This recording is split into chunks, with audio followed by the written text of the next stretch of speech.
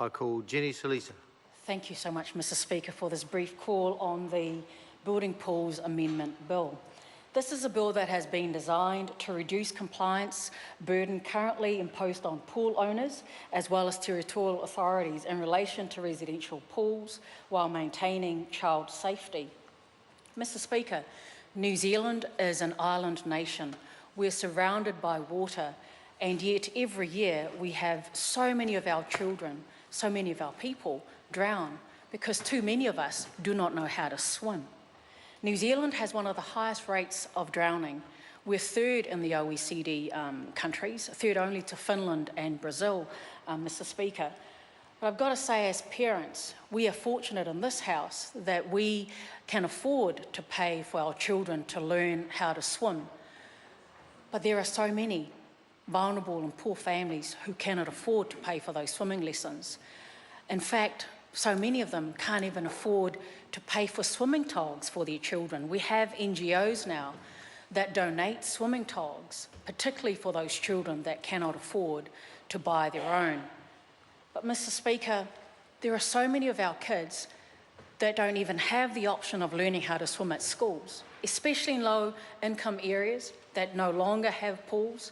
These kids don't have the access to pools to be able to learn how to swim at school. And so when we have parents that can't afford swimming lessons, when we have so many schools in low-income areas that don't have pools anymore, it is no wonder that so many of our kids drown because they don't know how to swim. It is crucial, Mr. Speaker, that we do everything we can to protect our children from the dangers of drowning. We owe it to our tamariki, the future of New Zealand. Mr. Speaker, the Labour Party supported this bill to Select Committee in good faith because we were told in the regulatory impact statement that the bill would save more lives than the current pool fencing legislation. However, having read the evidence presented to Select Committee, we now believe that that claim was questionable. For example, as quoted by my colleague from the Greens, the Society of Paediatricians submitted that the only thing that would improve the current rate of pool drownings would be improved compliance for fencing. WaterSafe New Zealand agreed with their submission.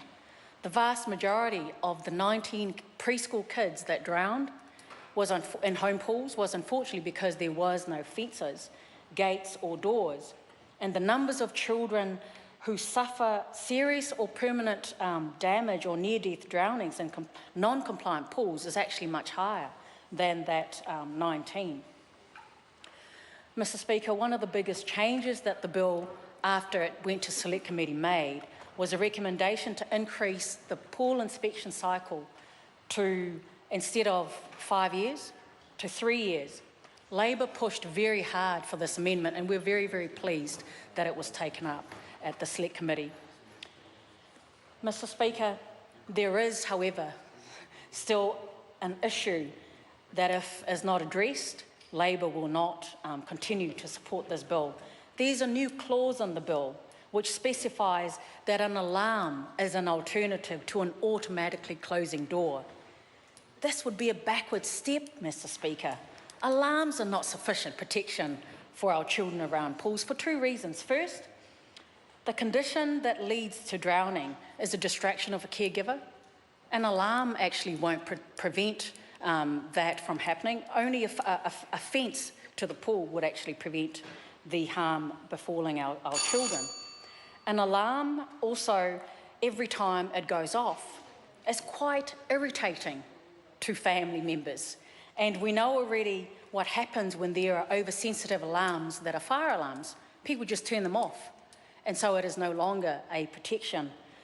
Labour has tabled an SOP, Mr. Speaker, to remove alarms as a suitable alternative to automated doors. And if this is acceptable to the government, we will continue to support the bill. Thank you very much, Mr. Speaker. Kia ora.